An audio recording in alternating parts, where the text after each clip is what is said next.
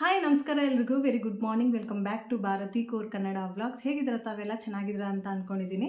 ತುಂಬ ದಿನಗಳಿಂದ ಈ ಒಂದು ಪರ್ಟಿಕ್ಯುಲರ್ ಟಾಪಿಕ್ ಬಗ್ಗೆ ವಿಡಿಯೋನ ಮಾಡಬೇಕು ಅಂತ ಅಂದ್ಕೊಳ್ತಾ ಇದ್ದೆ. ರಿಪೀಟೆಡ್ ಆಗಿ ಕಾಮೆಂಟ್ ಮೂಲಕ ರಿಕ್ವೆಸ್ಟ್ ಬರ್ತಾ ಇತ್ತು, ಅಕ್ಕ ಈ ಒಂದು ಪರ್ಟಿಕ್ಯುಲರ್ ಟಾಪಿಕ್ ಬಗ್ಗೆ ಮಾತಾಡಿ, ನೀವು ಇಷ್ಟು ಯಂಗ್ ಆಗಿ ಫಿಟ್ ಆಗಿ ಈ ಒಂದು ಏಜಲ್ಲಿ ಇಷ್ಟು ಎನರ್ಜೆಟಿಕ್ ಆಗಿ ಇದ್ದೀರಾ, ಸೊ ನಮಗೂ ಸಹ ಹೆಲ್ಪ್ಫುಲ್ ಆಗುತ್ತೆ, ನೀವು ಇದ್ರ ಬಗ್ಗೆ ಮಾತಾಡಿ ಅಂತ ಕಾಮೆಂಟ್ ಬರ್ತಾ ಇತ್ತು. ಆ ಕಮೆಂಟ್ ಓದಿದಾಗೆಲ್ಲನೂ ನಾನು ಸ್ವಲ್ಪ ಖುಷಿ ಪಟ್ಬಿಟ್ಟು, ಅಯ್ಯೋ ಬೇಡ ಬಿಡು ಇದ್ರ ಬಗ್ಗೆ ಎಲ್ಲ ಮಾತಾಡೋದು, ನಾವೇನು ಅಷ್ಟು ಸ್ಟ್ರಿಕ್ಟಾಗಿ ಏನೂ ಫಾಲೋ ಮಾಡ್ತಾ ಇಲ್ಲ, ನನ್ನ ಲೈಫ್ ಸ್ಟೈಲಲ್ಲೂ ಆಲ್ರೆಡಿ ತೋರಿಸಿದ್ದೀನಿ ವ್ಲಾಗ್ಸ್ ಮುಖಾಂತರ, ಇದ್ರ ಬಗ್ಗೆ ಪರ್ಟಿಕ್ಯುಲರ್ ಆಗಿ ವಿಡಿಯೋ ಮಾಡಿ ಮಾತಾಡಬೇಕು ಅಂತ ನನಗೆ ಅನಿಸಿರಲಿಲ್ಲ. ರೀಸೆಂಟಾಗಿಯೂ ಸಹ ಒಂದು 2-3 ಕಾಮೆಂಟು ರಿಪೀಟೆಡಾಗಿ ಬರ್ತಾಯಿತ್ತು, ಮತ್ತು ಇನ್ಸ್ಟಾಗ್ರಾಮಲ್ಲೂ ಸಹ ಮೆಸೇಜ್ ಮುಖಾಂತರ ನನ್ನ ಜೊತೆ ಮಾತಾಡಿದ್ರು.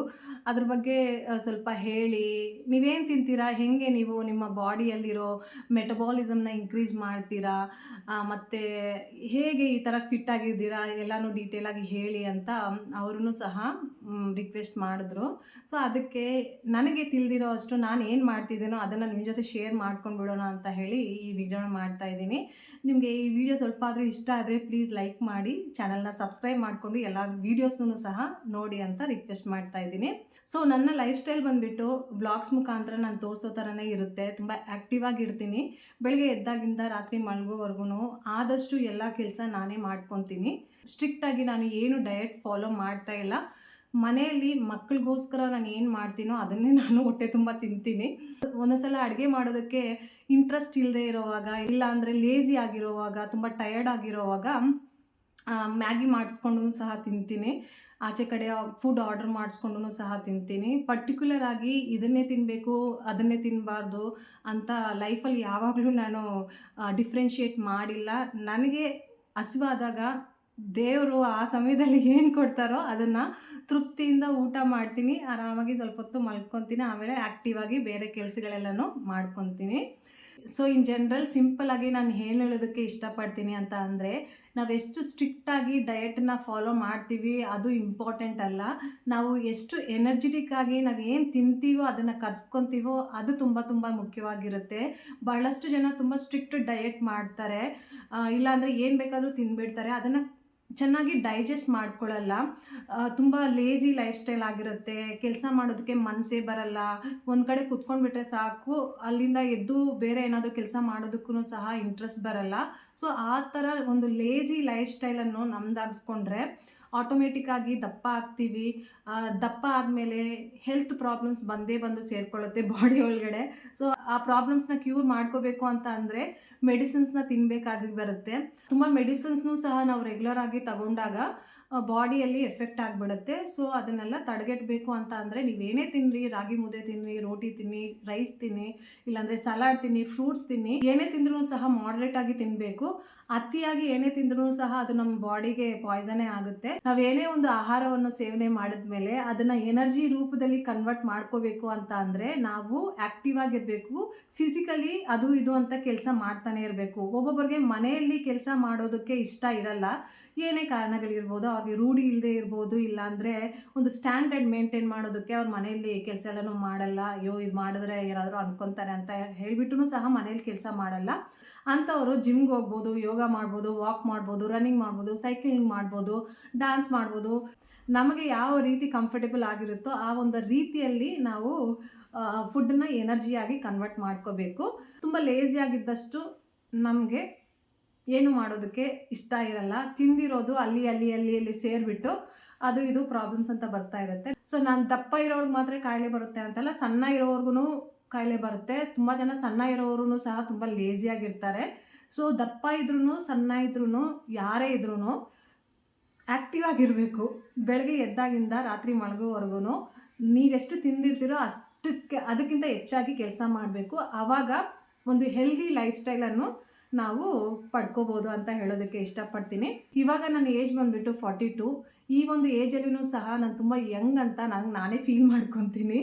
ಅದು ಎಕ್ಸ್ಟರ್ನಲ್ ಅಪಿಯರೆನ್ಸ್ಗೋಸ್ಕರ ಅಲ್ಲ, ಒಂದು ಇಂಟರ್ನಲ್ ಎಂಥೂಸಿಯಾಸಮ್ ಇದೆ ಅಲ್ಲ, ಇನ್ನೂ ನಾನು ಬಹಳ ಸಾಧಿಸಬಲ್ಲೆ, ಇನ್ನೂ ನನ್ನ ಮಕ್ಕಳು ಚಿಕ್ಕವರಿದ್ದಾರೆ, ಅವ್ರ ಜೊತೆ ಇನ್ನೂ ನಾನು ಕಾಲ ಸ್ಪೆಂಡ್ ಮಾಡಬೇಕು, ಅವ್ರ ಜೊತೆ ಒಂದು ಒಳ್ಳೆ ಕ್ವಾಲಿಟಿ ಟೈಮ್ ಸ್ಪೆಂಡ್ ಮಾಡಬೇಕು, ಮೆಮೊರೀಸ್ನ ಕ್ರಿಯೇಟ್ ಮಾಡಬೇಕು, ಈ ಒಂದು ಏಜಲ್ಲಿನೂ ಸಹ ನಾನೇನೋ ಸಾಧನೆ ಮಾಡಬಲ್ಲೆ ಅನ್ನೋ ಎಂತೂಸಿಯಾಸಮ್ ನನ್ನಲ್ಲಿ ಇದೆ. ಸೊ ಅದಕ್ಕೆ ನಾನು ಯಾವಾಗ್ಲೂ ಫಿಟ್ ಆ್ಯಂಡ್ ಎನರ್ಜೆಟಿಕ್ ಆಗಿ ಇರ್ತೀನಿ. ಆ ಎಂತೂಸಿಯಾಸಮ್ನ ನಾವು ಕಲ್ತ್ಕೊಂಡ್ಬಿಟ್ರೆ ಯಾವುದೇ ಏಜ್ ಇರ್ಬೋದು, ಯಾವುದೇ ಫಿಸಿಕಲ್ ಸ್ಟ್ರಕ್ಚರ್ ಇರ್ಬೋದು, ಎಲ್ಲನೂ ವೇಸ್ಟ್ ಆಗಿಬಿಡುತ್ತೆ.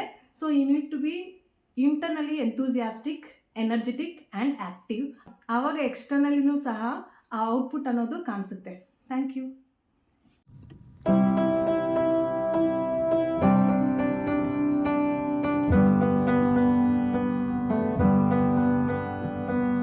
ಸಿಂಪಲ್ ಆಗಿ ಮಾಡಿದ್ರೂ ಟೇಸ್ಟಿಯಾಗಿರೋ ಆಲೂಗೋಬಿ ರೆಸಿಪಿನ ಇವತ್ತು ನಿಮ್ಮ ಜೊತೆ ಶೇರ್ ಮಾಡ್ಕೊತಾ ಇದ್ದೀನಿ. ಮೊದಲಿಗೆ ಕಡಾಯಿಯಲ್ಲಿ ಮಸ್ಟರ್ಡ್ ಆಯಿಲ್ನ ಆ್ಯಡ್ ಮಾಡಿದ್ದೀನಿ. ಎಣ್ಣೆ ಬಿಸಿ ಆದಮೇಲೆ ಅರ್ಧ ಚಮಚದಷ್ಟು ಮೆಂತೆಕಾಳನ್ನ ಆ್ಯಡ್ ಮಾಡಿದ್ದೀನಿ. ಅದ್ರ ಜೊತೆಗೇ ಸ್ವಲ್ಪ ಮಟ್ಟಿಗೆ ಜೀರಿಗೆನೂ ಸಹ ಆ್ಯಡ್ ಮಾಡಿದ್ದೀನಿ. ಎರಡೂ ಚೆನ್ನಾಗಿ ಫ್ರೈ ಆದಮೇಲೆ ಚೆನ್ನಾಗಿ ತೊಳೆದು ಕಟ್ ಮಾಡಿ ಇಟ್ಕೊಂಡಿರೋ ಗೋಬಿ, ಆಲೂ, ಈರುಳ್ಳಿ ಮತ್ತು ಹಸಿಮೆಣ್ಸಿನ್ಕಾಯಿ ಎಲ್ಲನೂ ಆ ಎಣ್ಣೆಯಲ್ಲಿನೇ ಹಾಕಿ ಚೆನ್ನಾಗಿ ಫ್ರೈ ಮಾಡ್ಕೋಬೇಕು. ಒಂದು 2ರಿಂದ 3 ನಿಮಿಷದವರೆಗೂ ಐ ಫ್ಲೇಮಲ್ಲಿ ಚೆನ್ನಾಗಿ ಫ್ರೈ ಮಾಡಿಬಿಟ್ಟು ಮುಚ್ಚಿಬಿಟ್ಟು ಮತ್ತೆ 5 ನಿಮಿಷದವರೆಗೂ ಕುಕ್ ಮಾಡ್ಕೋಬೇಕು. ಎಷ್ಟು ಚೆನ್ನಾಗಿ ಇದು ಐ ಫ್ಲೇಮಲ್ಲಿ ಕುಕ್ ಆಗುತ್ತೋ ಅಷ್ಟು ಚೆನ್ನಾಗಿ ರುಚಿ ಹೆಚ್ಚಾಗುತ್ತೆ. ನೋಡಿ 5 ನಿಮಿಷದವರೆಗೂ ಹೈ ಫ್ಲೇಮಲ್ಲಿ ಚೆನ್ನಾಗಿ ಈ ತರಕಾರಿನ ಕುಕ್ ಮಾಡ್ಕೊಂಡಿದ್ದೀನಿ. ಇವಾಗ ಜಸ್ಟು ಒಂದು ಮಿಕ್ಸ್ ಮಾಡಿಕೊಂಡು ಕಟ್ ಮಾಡಿ ಇಟ್ಕೊಂಡಿರೋ ಟೊಮೆಟೋಸ್ ಆ್ಯಡ್ ಮಾಡಬೇಕು. ಇವಾಗ ನಾನು ಯೂಸ್ ಮಾಡಿರೋ ಗೋಬಿ ಬಂದುಬಿಟ್ಟು ಮೀಡಿಯಮ್ ಸೈಜ್ ಒಂದೇ ಒಂದು ಗೋಬಿ. ಸೊ ಅದಕ್ಕೆ ಒಂದು 3 ಮೀಡಿಯಮ್ ಸೈಜ್ ಟೊಮೆಟೋಸ್ನ ಆ್ಯಡ್ ಮಾಡಿದ್ದೀನಿ. ಕೆಲವರು ಗೋಬಿ ಆಲೂ ಮಾಡೋವಾಗ ಟೊಮೆಟೋಸ್ನ ಆ್ಯಡ್ ಮಾಡಲ್ಲ, ಬಟ್ ನಾನು ಮ್ಯಾಂಡೇಟ್ರಿ ಆ್ಯಡ್ ಮಾಡ್ತೀನಿ. ಟೊಮೆಟೋಸ್ ಆ್ಯಡ್ ಮಾಡೋದ್ರಿಂದ ಒಳ್ಳೆ ಟೆಕ್ಸ್ಚರ್ ಬರುತ್ತೆ ಮತ್ತು ಟೇಸ್ಟೂ ಸಹ ಎನ್ಹ್ಯಾನ್ಸ್ ಆಗುತ್ತೆ. ಟೊಮೆಟೋಸ್ ಆ್ಯಡ್ ಮಾಡಿ ಚೆನ್ನಾಗಿ ಮಿಕ್ಸ್ ಮಾಡಿದ್ಮೇಲೆ ಸ್ವಲ್ಪ ಅರಿಶಿನ ಪುಡಿ, ಸ್ವಲ್ಪ ಖಾರ, ಸ್ವಲ್ಪ ಉಪ್ಪು, ಅಂದರೆ ರುಚಿಗೆ ಎಷ್ಟು ಬೇಕೋ ಅಷ್ಟು ಉಪ್ಪನ್ನ ಹಾಕ್ಕೊಂಡು ಮತ್ತೆ ಎಲ್ಲನೂ ಚೆನ್ನಾಗಿ ತಿರುಗಿಸಿ ಅದ್ರ ಜೊತೆಗೇ ಸ್ವಲ್ಪ ಗರಂ ಮಸಾಲನೂ ಸಹ ಇವಾಗ ನಾನು ಆ್ಯಡ್ ಮಾಡಿದ್ದೀನಿ. ಇವಾಗ ಎಲ್ಲನೂ ಚೆನ್ನಾಗಿ ತಿರುಗಿಸಿ ಮುಚ್ಚಿಬಿಟ್ಟು ಮತ್ತೆ ಇನ್ನೊಂದು 5 ನಿಮಿಷದವರೆಗೂ ಮೀಡಿಯಮ್ ಟು ಹೈ ಫ್ಲೇಮಲ್ಲಿ ಕುಕ್ ಮಾಡ್ಕೋಬೇಕು. ಗೋಬಿ ಆಲೂ ಸಬ್ಜಿ ರೆಡಿ ಆಗಿಬಿಡುತ್ತೆ. ಇದ್ರ ಜೊತೆ ಕಾಂಬಿನೇಷನ್ ಬಂದುಬಿಟ್ಟು ನಾರ್ತ್ ಕಡೆ ಎಲ್ಲನೂ ತುಂಬ ಪೂರೀಸ್ನ ಮಾಡ್ಕೊಂಡು ತಿಂತಾರೆ, ಇಲ್ಲ ಅಂದರೆ ಅವಾಗವಾಗ ಚಪಾತೀಸ್ನೂ ಸಹ ಮಾಡ್ಕೊಂಡು ತಿಂತಾರೆ. ಈಗಾಗಲೇ ಈ ರೆಸಿಪಿನ ಒಂದು ಓಲ್ಡ್ ವ್ಲಾಗಲ್ಲಿ ನಾನು ಶೇರ್ ಮಾಡಿದ್ದೆ, ಬಟ್ ಆ ವ್ಲಾಗ್ ನಿಮ್ಮವರೆಗೂ ರೀಚ್ ಆಗಿಲ್ಲ. ಅದ್ರ ಜೊತೆಗೇ ಇನ್ನೂ ವ್ಲಾಗ್ಸಲ್ಲಿ ಬಹಳಷ್ಟು ರೆಸಿಪೀಸ್ನ ನಾನು ಶೇರ್ ಮಾಡಿದ್ದೀನಿ. ರಾಜ್ಮಾ ಹೇಗೆ ಮಾಡೋದು, ಮತ್ತು ಮಿಕ್ಸ್ಡ್ ವೆಜ್ ಸಬ್ಜಿ ಹೇಗೆ ಮಾಡೋದು, ಪನ್ನೀರ್ ಹೇಗೆ ಮಾಡೋದು, ಅದೆಲ್ಲನೂ ಶೇರ್ ಮಾಡಿದ್ದೀನಿ. ಆ ವ್ಲಾಗ್ಸ್ ಎಲ್ಲನೂ ನಿಮ್ಮವರೆಗೂ ರೀಚ್ ಆಗ್ತಾ ಇಲ್ಲ. ಸೊ ಅದಕ್ಕೆ ಇವಾಗ ನೋಡೋ ವ್ಲಾಗ್ಸಲ್ಲಿ ರೆಸಿಪೀಸ್ನೂ ಸಹ ಇನ್ಕ್ಲೂಡ್ ಮಾಡಿ ಅಂತ ಕಾಮೆಂಟ್ ಮೂಲಕ ಕೇಳ್ತಿದ್ರಲ್ಲ, ಸೊ ಅದಕ್ಕೆ ಈ ಒಂದು ವ್ಲಾಗಲ್ಲಿ ಈ ರೆಸಿಪಿನ ತೋರಿಸಿದ್ದೀನಿ. ಈಗ ಮಕ್ಕಳಿಬ್ರು ಸ್ಕೂಲ್ಗೆ ಹೋಗ್ತಾ ಇದ್ದಾರೆ. ಪೂರಿ ಆಲೂ ತಿಂದ್ಬಿಟ್ಟು ಮತ್ತೆ ಅದನ್ನೇ ಟಿಫಿನಲ್ಲಿ ಇಟ್ಕೊಂಡು ಸ್ಕೂಲ್ಗೆ ಹೋಗ್ತಾ ಇದ್ದಾರೆ. ಅವ್ರು ಹೋದ ತಕ್ಷಣ ಯಜಮಾನ್ರಿಗೂ ಸಹ ಬಿಸಿಯಾಗಿ ಮಾಡಿ ಕೊಟ್ಬಿಟ್ಟೆ, ಒಂದೇ ಸಲ ತಿಂದ್ಬಿಡಪ್ಪ, ಒಂದೇ ಸಲ ಪಾತ್ರೆ ತೊಳೆದ್ಬಿಡ್ತೀನಿ ಅಂತ ಹೇಳಿ. ಇವ್ರು ತಿನ್ನೋವಾಗೆಲ್ಲನೂ ನೀನು ಬಾ ಅಂತ ಕರೀತಾರ. ನೀನು ಫಸ್ಟ್ ತಿನ್ನಪ್ಪ, ನಾನು ಕಿಚನ್ ಎಲ್ಲ ಕ್ಲೀನ್ ಮಾಡಿಕೊಂಡು ಪಾತ್ರೆಗಳೆಲ್ಲ ತೊಳೆದಿಟ್ಬಿಟ್ಟು ಆಮೇಲೆ ಆರಾಮಾಗಿ ಕುತ್ಕೊಂಡು ತಿಂತೀನಿ ಅಂತ ಹೇಳ್ತಾನೆ ಇರ್ತೀನಿ. ಬೇಗ ಎಲ್ಲ ಕ್ಲೀನಿಂಗ್ ಕೆಲಸ ಎಲ್ಲ ಮಾಡಿ ಮುಗಿಸಿ ಹೊಟ್ಟೆ ತುಂಬ ಬ್ರೇಕ್ಫಾಸ್ಟ್ ತಿಂದು ಚೆನ್ನಾಗಿ ರೆಡಿ ಆಗಿಬಿಟ್ಟು ಇವಾಗ ಬಟ್ಟೆಗಳ ಬಿಸ್ನೆಸ್ದು ಕೆಲಸ ಶುರು ಮಾಡಿದ್ದೀವಿ. ಒಂದೆರಡು ಆರ್ಡರ್ಸ್ ಇತ್ತು, ಅದ್ರ ಜೊತೆಗೇ ಎಂಕ್ವೈರೀಸೂ ಸಹ ಇತ್ತು. ಒಂದು ಪರ್ಟಿಕ್ಯುಲರ್ ಸೈಟ್ಸಲ್ಲಿ ನಿಮ್ಮ ಹತ್ರ ಯಾವ್ಯಾವ ಕಲೆಕ್ಷನ್ಸ್ ಇದೆ ಅದೆಲ್ಲ ತೋರಿಸಿ ಅಂತ ಕೇಳಿದರು. ಸೊ ಅದಕ್ಕೆ ವೀಡಿಯೋಸ್ ಮಾಡಿಬಿಟ್ಟು ಕಳಿಸ್ತಾ ಇದ್ವಿ. ಅದ್ರ ಜೊತೆಗೇ ಆರ್ಡರ್ಸ್ದು ಕೊರಿಯರ್ ಮಾಡೋ ಕೆಲಸ ಇತ್ತು, ಅದನ್ನು ಸಹ ಯಜಮಾನ್ರು ಚೆನ್ನಾಗಿ ನೀಟಾಗಿ ಡೀಟೇಲ್ಸ್ನೆಲ್ಲ ಫಿಲ್ ಮಾಡಿಬಿಟ್ಟು ಕೊರಿಯರ್ ಮಾಡೋದಕ್ಕೆ ಹೋದರು. ಇನ್ನೇನು ಮಧ್ಯಾಹ್ನ 1:30 ಆಗಿಬಿಟ್ಟಿತ್ತು. ಸೊ ಅದಕ್ಕೆ ಅಂತ ಹೇಳಿ ಲಂಚ್ಗೆ ಪ್ರಿಪೇರ್ ಮಾಡ್ತಾಯಿದ್ದೀನಿ. ಇವತ್ತಿನ ಲಂಚಲ್ಲಿ ಸಿಂಪಲ್ಲಾಗಿ ಮುಲ್ಲಂಗಿ ಸಾಂಬಾರು ಮತ್ತು ರೈಸ್ ಮಾಡ್ತಾಯಿದ್ದೀನಿ. ಮಧ್ಯಾಹ್ನದ ಹೊತ್ತು ನನಗೆ ರೈಸ್ ಇರಲೇಬೇಕು ಫ್ರೆಂಡ್ಸ್. ಸೊ ಅದಕ್ಕೆ ಮ್ಯಾಂಡೇಟ್ರಿ ರೈಸ್ ಮಾಡೇ ಮಾಡ್ತೀನಿ.